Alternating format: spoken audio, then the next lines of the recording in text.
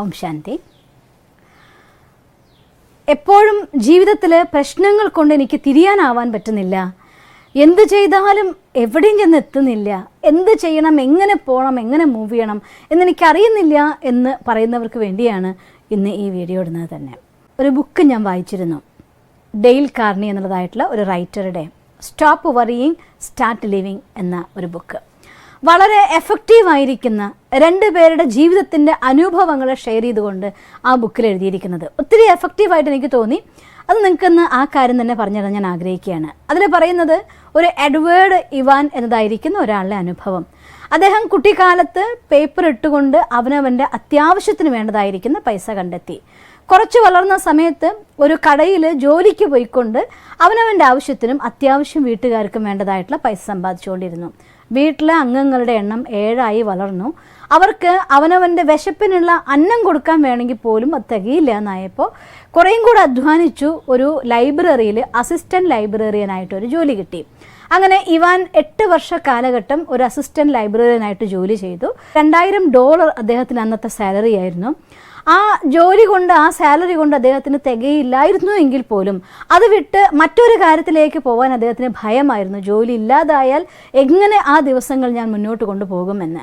അവസാനം ധൈര്യം അവലംബിച്ച് ഒരാളുടെ കയ്യിൽ നിന്ന് $51,000 കടം വാങ്ങി ഒരു പുതുതായിട്ട് ബിസിനസ് തുടങ്ങി. വലിയ മോശമില്ലാത്ത രീതിയിൽ ആ ബിസിനസ് ഡെവലപ്പ് ആവുകയും ചെയ്തു. നല്ലൊരു നിലയിലേക്ക് എത്തിത്തുടങ്ങി.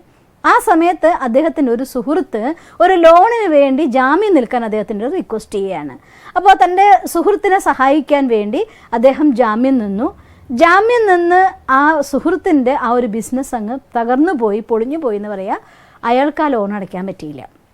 ആ ലോൺ അടയ്ക്കാനുള്ള ബാധ്യത ഇവാൻ്റെ തലയിൽ വന്നു ചേർന്നു. ആ ലോൺ അടച്ചുകൊണ്ടിരിക്കുന്ന സമയത്ത് ഇവാൻ പൈസ ഡെപ്പോസിറ്റ് ചെയ്തൊരു ബാങ്ക്, ആ ബാങ്ക് പൊളിഞ്ഞു പോയി. അപ്പോൾ ഇതുവരെയുള്ള സമ്പാദ്യവും ഇല്ല.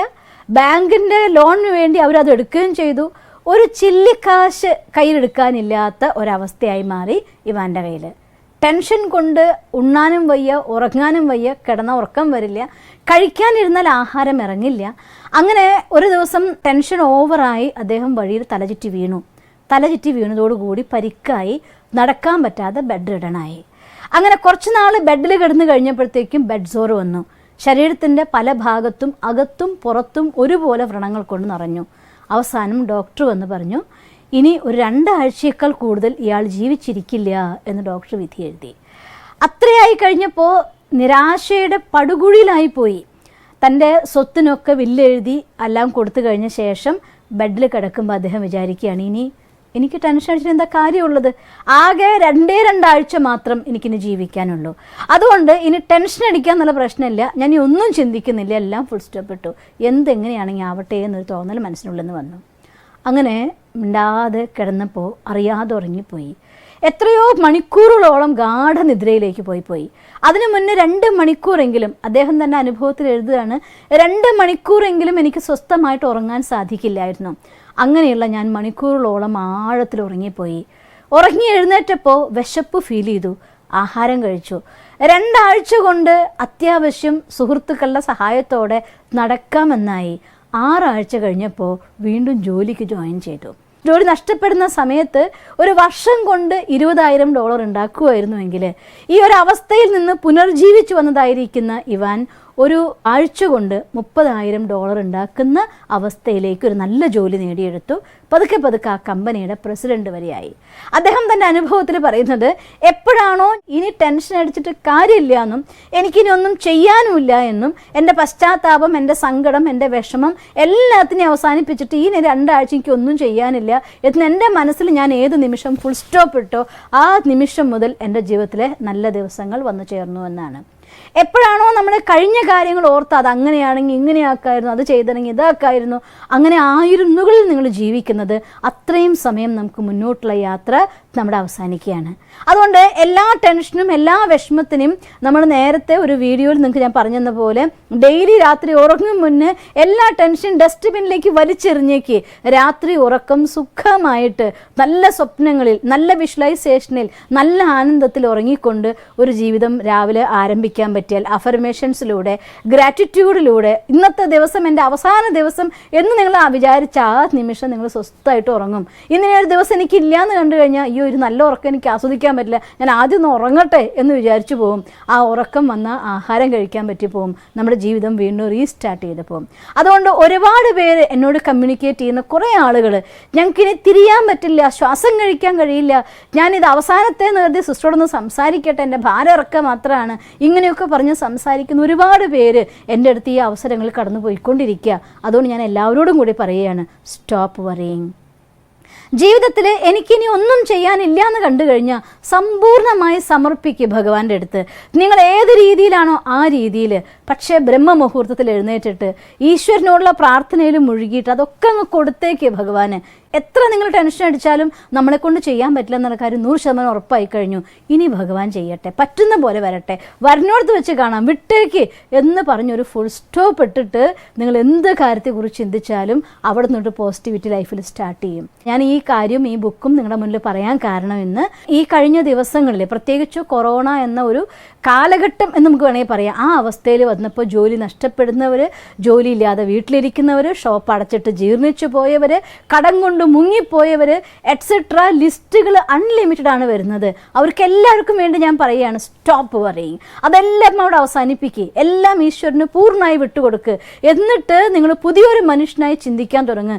നിങ്ങളുടെ മുന്നിൽ പുതിയ ഒരുപാട് വഴികൾ തുറന്നു വരും, അതിൽ യാതൊരു സംശയവുമില്ല. ഒപ്പം ആ ബുക്കിലുള്ള വേറൊരു കാര്യം കൂടെ ഞാൻ ഓർത്ത് പോവുകയാണ്. ഒരാൾക്ക് ഒരു കമ്പനിയിൽ ഗ്യാസിൻ്റെ ചെക്ക് ചെയ്യുന്ന മെഷീനറിയോ ഏതോ ഒരു മെഷീനറിയെ സെറ്റ് ചെയ്യാനുള്ളതായിട്ടൊരു ഓർഡർ ആയിരുന്നു. പക്ഷെ അയാൾ വർക്ക് ചെയ്ത് നോക്കുമ്പോൾ അയാൾ വിചാരിച്ച പോലെ ഒരു പെർഫോമൻസ് ആ മെഷീനറിക്ക് കാഴ്ചവെക്കാൻ പറ്റുന്നില്ല. ഓരോ ദിവസം കഴിയും തോറും അയാൾക്ക് ടെൻഷനായി തുടങ്ങി.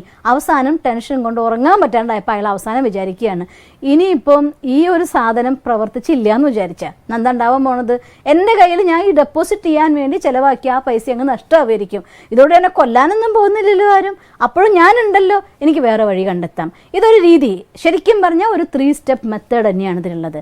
ഒരു കാര്യം, ഇനിയിപ്പോൾ കടം കൊണ്ട് പൊറുതി മുട്ടി എല്ലാവരും എല്ലാം പറയാൻ പോവുക. മാക്സിമം എന്താ ഉണ്ടാവാൻ പോകുന്നത്? എല്ലാവരും കൂടി പറയുമായിരിക്കും, അതിലപ്പുറത്തൊന്നും ഉണ്ടാവില്ല, കോടതിയിൽ കേസ് കൊടുക്കുകയായിരിക്കും. കോടതിയിൽ നേരിട്ട് പോയിട്ട് ഇതൊക്കെയാണ് എൻ്റെ അവസ്ഥ, ഒന്നുമില്ല എന്ന് പറഞ്ഞാൽ കോടതി നിങ്ങളെ പിടിച്ച് ജയിലിൽ ഇടൊന്നുമില്ല.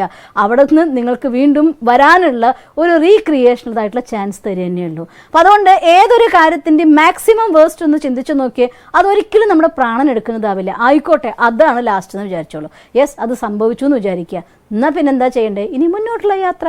അപ്പോൾ ഈ മുന്നോട്ടുള്ള യാത്ര, അതിനു വേണ്ടി ഒരു സ്റ്റെപ്പ് ചിന്തിച്ചോളൂ.